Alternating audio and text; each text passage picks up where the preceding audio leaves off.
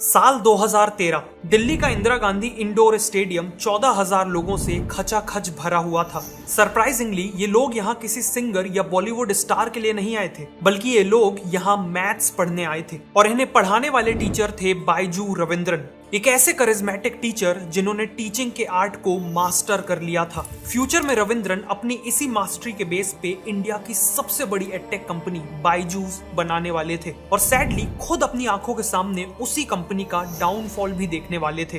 लेकिन क्या है बायजूस के राइज एंड फॉल की पूरी कहानी, आइए जानते हैं इस वीडियो में। बायजू रविंद्रन का बर्थ 1980 में केरला में हुआ था। उनके पेरेंट्स एक लोकल गवर्नमेंट स्कूल में टीचर्स थे। रविंद्रन को बचपन से ही दो चीजों से गहरा लगाव था, स्पोर्ट्स और mathematics.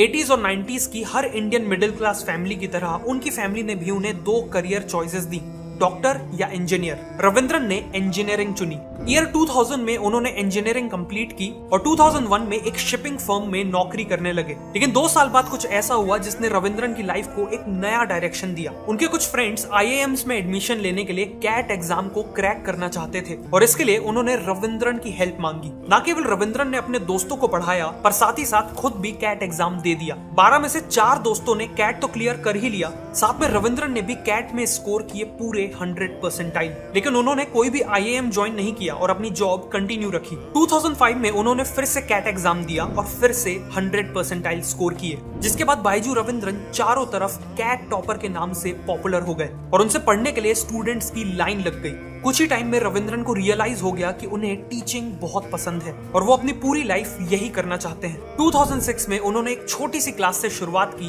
Byju's classes for cat की। लेकिन बहुत ही जल्द ये क्लासेस एक ऑडिटोरियम में शिफ्ट हो गई, जहां वो एक साथ 1200 स्टूडेंट्स को पढ़ाने लगे। बायजूस की क्लासेस फ्रीमियम मॉडल पे चलती थी। पहली क्लास फ्री होती थी और सेकंड क्लास ऑनवर्ड्स पैसे लगते थे। अब रविंद्रन का टीचिंग स्टाइल काफी प्रैक्टिकल था। वो मार्क्स से ज्यादा कॉन्सेप्चुअल लर्निंग पे फोकस करते थे। जिन स्टूडेंट्स को बचपन से रट्टा मारना सिखाया गया था, उनके लिए रविंद्रन की ये अप्रोच काफी रिवॉल्यूशनरी थी। इसीलिए उनके फ्री क्लासेस लेने वाले 10 में से 9 बच्चे उनकी पेड क्लासेस के लिए एनरोल कर लेते थे। इस सक्सेस को देखते हुए रविंद्रन ने इस मॉडल को 4 शहर बेंगलुरु, मुंबई, पुणे और चेन्नई में एक्सपैंड कर दिया। इन्हीं क्लासेस के दौरान उनकी मुलाकात कई टैलेंटेड स्टूडेंट्स और अपनी फ्यूचर वाइफ दिव्या गोकुलनाथ से हुई। इनमें से कुछ स्टूडेंट्स और इवन दिव्या आगे चल के बायजूस की parent company think and learn private limited के को-फाउंडर्स बने और कुछ स्टूडेंट्स अर्ली एम्प्लॉयज बने। 2009 तक रविंद्रन ने बायजूस क्लासेस को 9 शहरों में एक्सपैंड कर दिया था। वो दिन रात काम करते थे और हर हफ्ते हर शहर में क्लासेस लेते थे। ट्रैवलिंग के दौरान वो अपने कंटेंट को ज्यादा एक्सेसिबल और एंगेजिंग बनाने पे काम करते थे।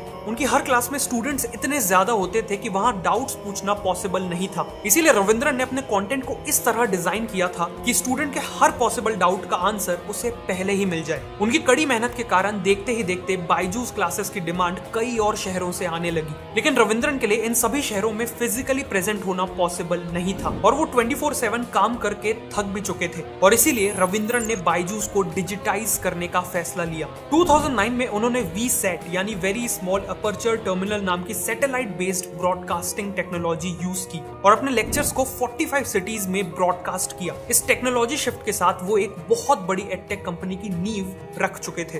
2011 में और एक्सपेंड करने के लिए उन्होंने think and learn private limited को स्टैब्लिश किया, पैशनेट टीचर्स की एक टीम तैयार की और सबसे इंपॉर्टेंट बायजूस ने स्कूल ट्यूशन सेगमेंट में एंट्री ले ली। उस समय इंडिया में करीब 25 करोड़ स्कूल गोइंग स्टूडेंट्स थे और रविंद्रन को यह समझ आ गया था कि अगर उन्हें उन सब तक पहुंचना है तो उन्हें एक मोबाइल ऐप लॉन्च करना होगा। 2013 में बायजूस ने मणिपाल ग्रुप से 26% इक्विटी के बदले 50 करोड़ की फंडिंग उठाई और साथ ही साथ अपने मोबाइल ऐप को डेवलप करना चालू कर दिया। बायजूस ने देखा कि हर स्टूडेंट की लर्निंग अप्रोच और स्पीड डिफरेंट होती है। कुछ स्टूडेंट्स को वीडियोस से बेटर समझ में आता है, कुछ को टेक्स्ट से और कुछ को प्रैक्टिकल एप्लीकेशन से। इसीलिए बायजूस ने ये सारी अप्रोचेस अपने ऐप में डाल दी और तो और स्टूडेंट्स जिस स्पेस पे कंफर्टेबल थे उस स्पेस पे लेसन्स ले सकते थे। बायजूस को पता था कि स्टूडेंट्स ऑलरेडी फोन पे गेम्स और मूवीज पे काफी टाइम स्पेंड करते हैं। इसका मतलब स्टूडेंट्स का ध्यान पढ़ाई में तभी आएगा जब एजुकेशनल कंटेंट की क्वालिटी गेम्स और एंटरटेनमेंट कंटेंट से सिमिलर हो। इसीलिए बायजूस ने expert teachers, motion graphics artists, 3D designers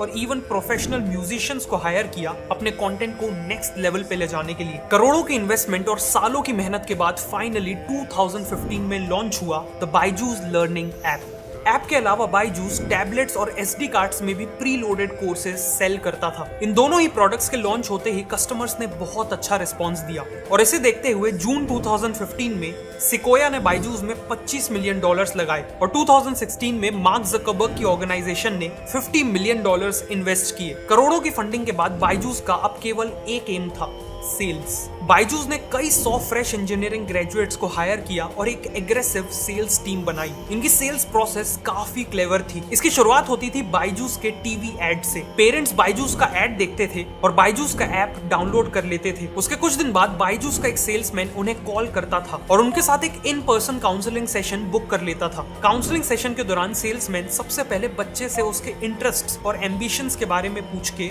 उससे एक पर्सनल बॉन्ड, एक रेपो बिल्ड कर लेता था। उसके बाद बच्चे से कुछ ऐसे क्वेश्चंस पूछे जाते थे जिसके आंसर्स वो ना दे पाए। जैसे एक कॉमन क्वेश्चन था कि एक सर्कल में कितने पॉइंट्स होते हैं। ज्यादातर बच्चे इसका आंसर नहीं दे पाते थे और यही तो बायजूस का सेल्समैन चाहता था। फिर सेल्समैन अपने टैबलेट पे रविंद्रन की एक हाई क्वालिटी वीडियो दिखाता था जिसमें वो एक्सप्लेन करते हैं कि एक सर्कल में इनफाइनाइट पॉइंट्स होते हैं। इसके बाद पेरेंट से एक सिंपल क्वेश्चन पूछा जाता था, अगर आपका बच्चा इतने बेसिक कॉन्सेप्ट का आंसर नहीं दे पा रहा तो वो बोर्ड्स और उसके बाद के कॉम्पिटिटिव एग्जाम्स में कैसे परफॉर्म करेगा। इस क्वेश्चन के बाद पेरेंट्स अपने बच्चे के फ्यूचर को लेके गिल्ट और नर्वस महसूस करते थे। पेरेंट्स की इसी फीलिंग को एक्सप्लॉइट करते हुए सेल्समैन बायजूस लर्निंग ऐप को एज अ सॉल्यूशन पिच करता था। डील को लुक्रेटिव बनाने के लिए 50% की स्कॉलरशिप ऑफर की जाती थी और 100% रिफंड का ऑप्शन भी दिया जाता था। अगर पेरेंट्स तब भी ना खरीदें तो फिर सेल्समैन अपना ब्रह्मास्त्र निकालता था। बच्चे से कुछ और सवाल पूछे जाते थे जिसके आंसर वो ना दे पाए। फिर इन सवालों से जुड़े टॉपिक्स की वीडियोस दिखाई जाती थी और उन्हीं सवालों को दोबारा पूछा जाता था। इस बार वो बच्चा इन सवालों के जवाब बिल्कुल सही देता था। बच्चे की इस इंप्रूवमेंट को देखकर पेरेंट्स काफी इंप्रेस्ड हो जाते थे और अब तक वो बच्चा भी बायजूस का टैबलेट लेना चाहता था। फाइनली पेरेंट्स फी पे कर देते थे और बायजूस की एक सेल क्लोज हो जाती थी। ये एक ऐसी सेल्स ट्रिक थी जो कभी फेल नहीं होती थी। इसी सेल्स मॉडल के बेस पे बायजूस बुलेट की रफ्तार से ग्रो करता चला गया।